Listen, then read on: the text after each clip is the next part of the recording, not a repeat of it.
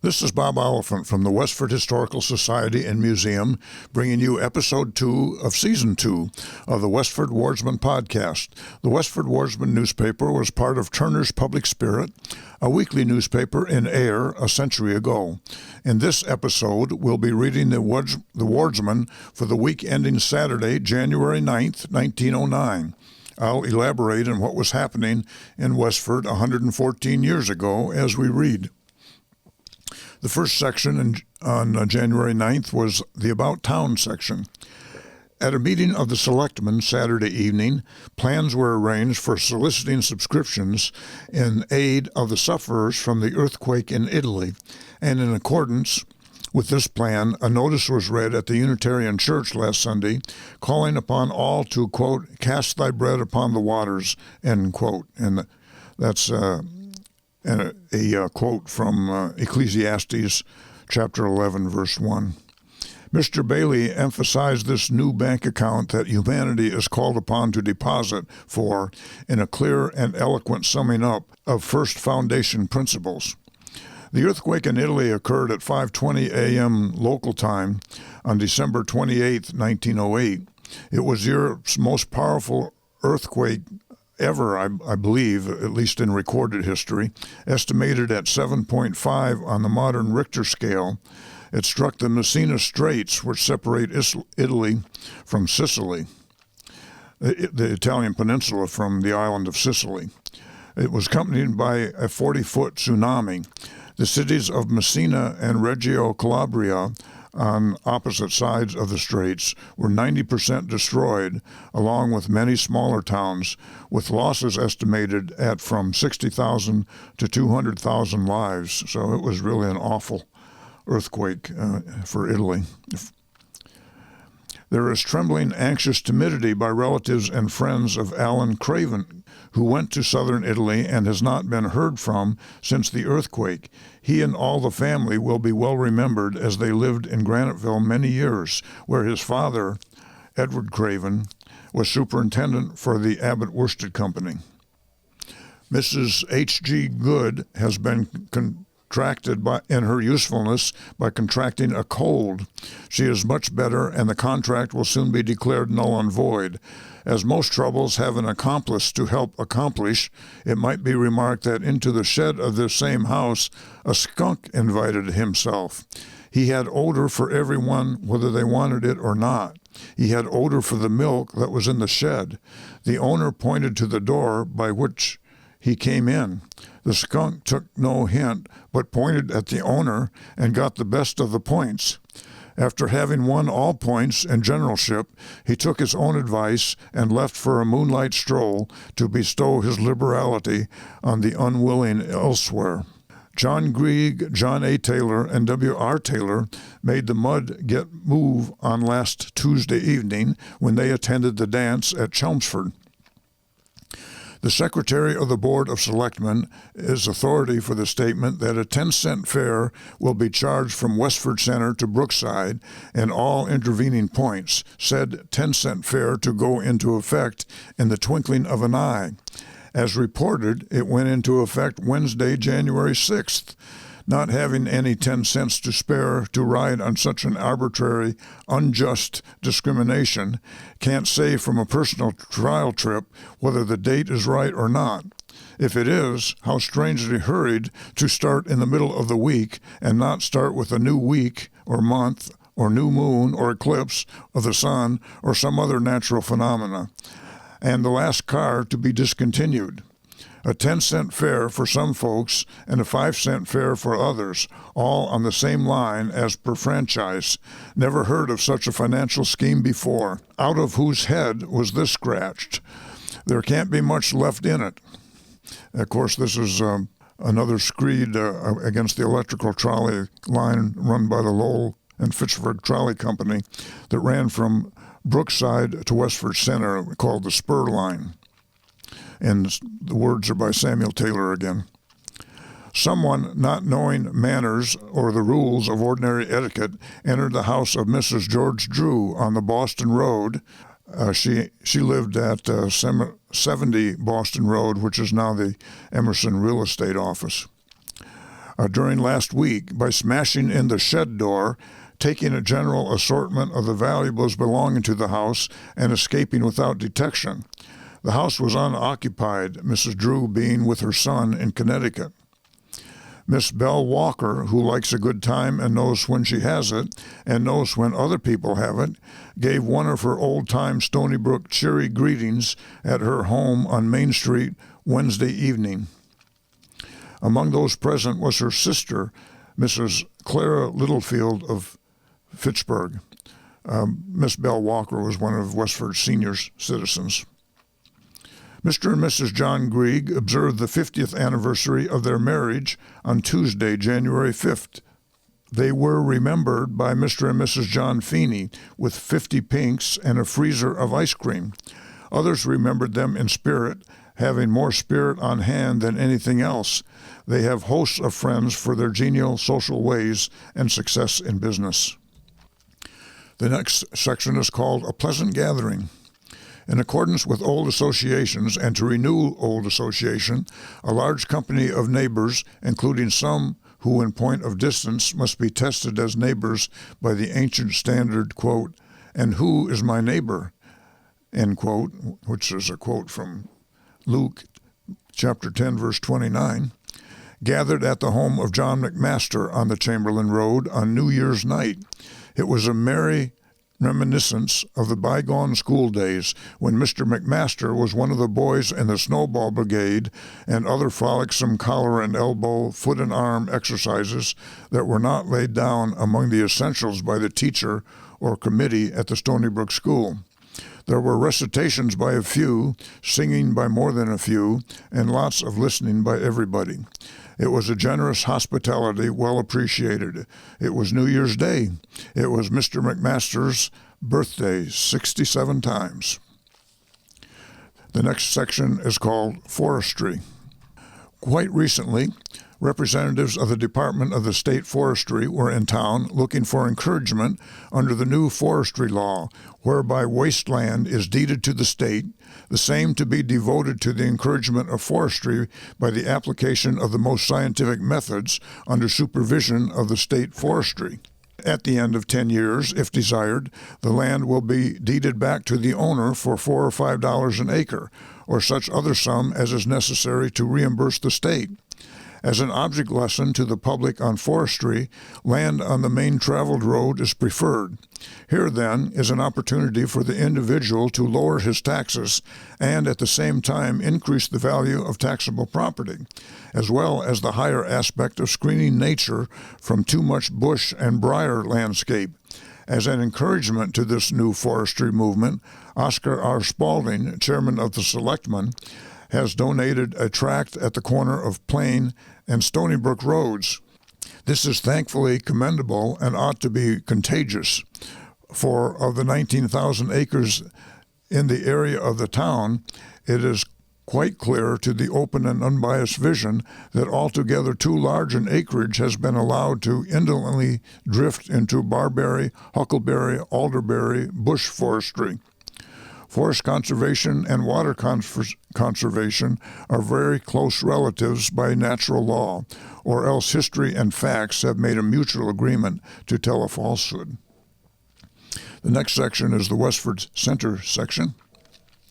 Leon F. Hildreth has been a victim of grip and under the doctor's care this week.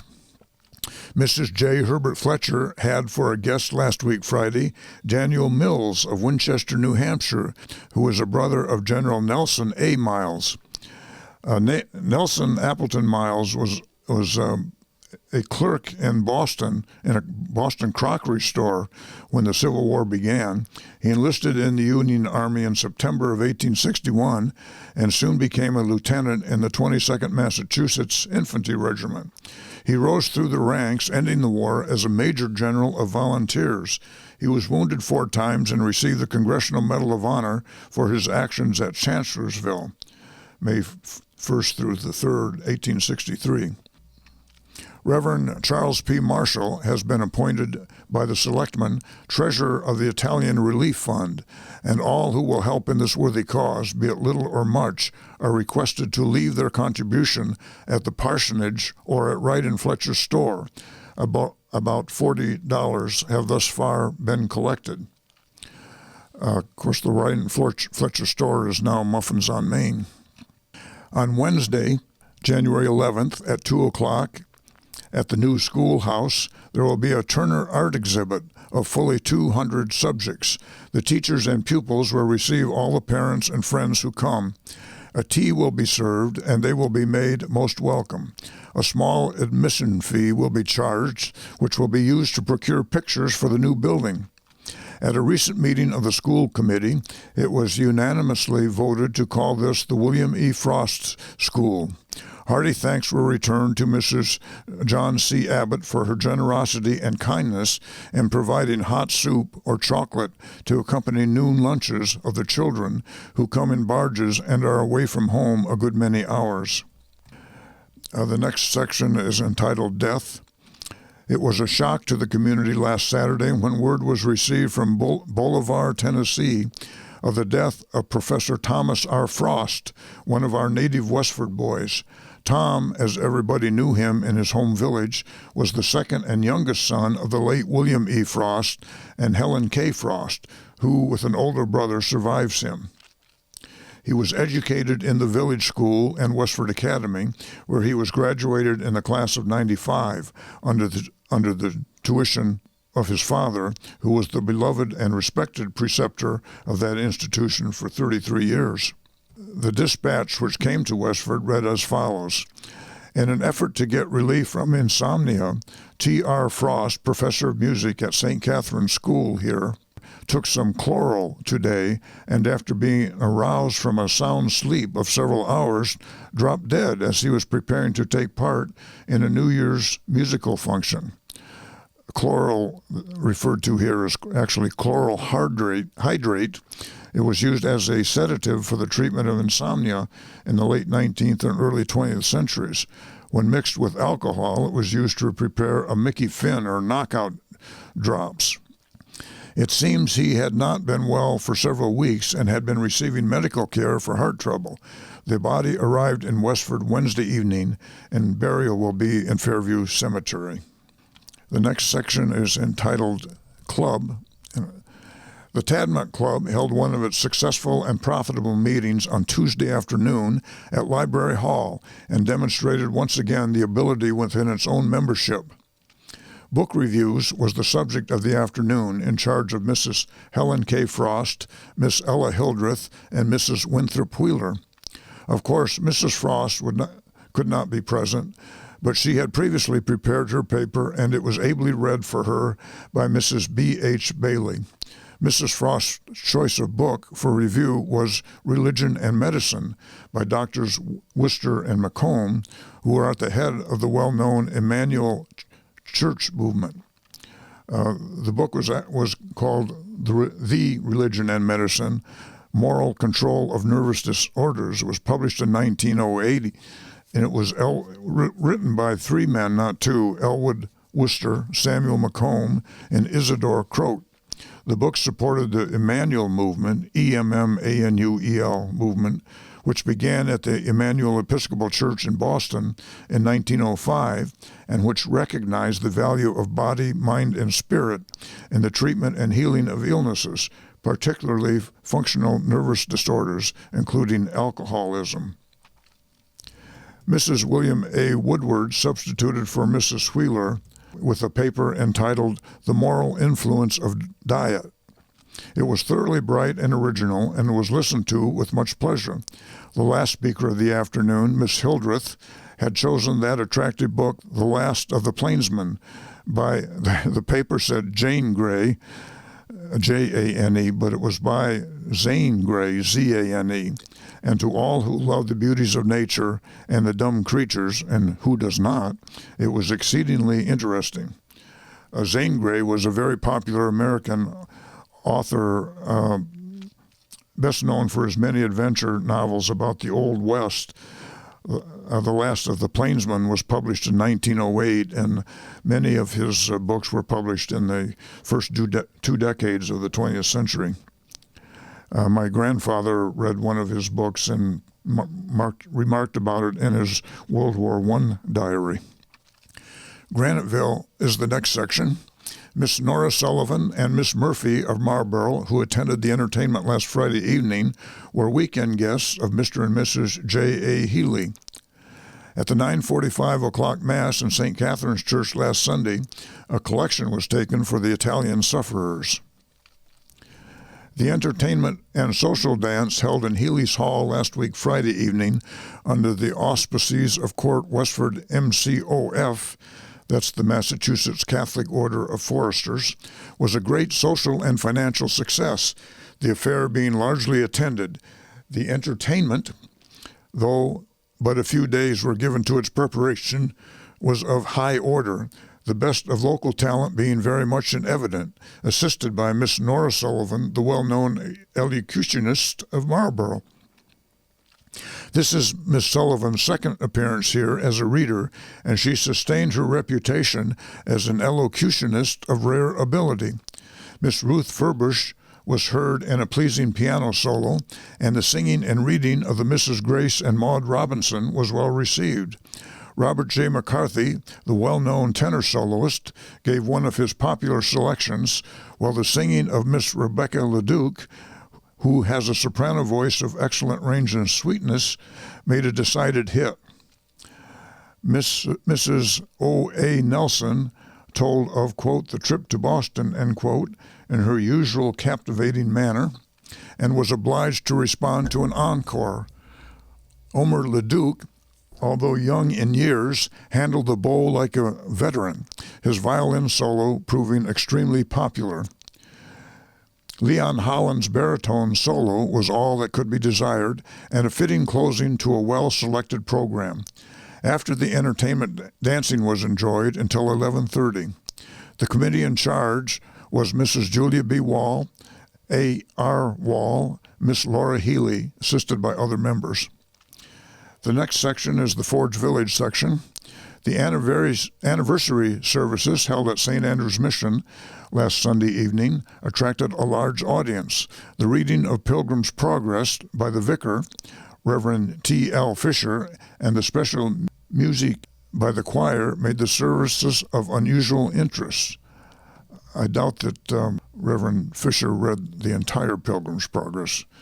The supper given last week under the auspices of the LSC, that's the Ladies' Social Club of Forge Village, was quite successful.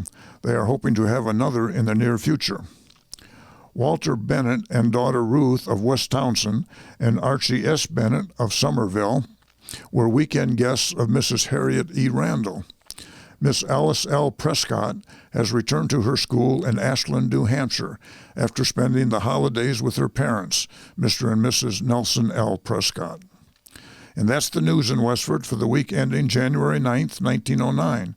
Thank you for listening, and thanks to Nick Woodbury of WestfordCAT for providing technical support. You can find transcriptions and podcasts from the Westford Wardsman at our website at museum.westford.org or visit the Historical Society's Facebook page for more Westford news from a century ago. This is Bob Oliphant, and I hope you will join us for next week's Westford Wardsman podcast. Thank you.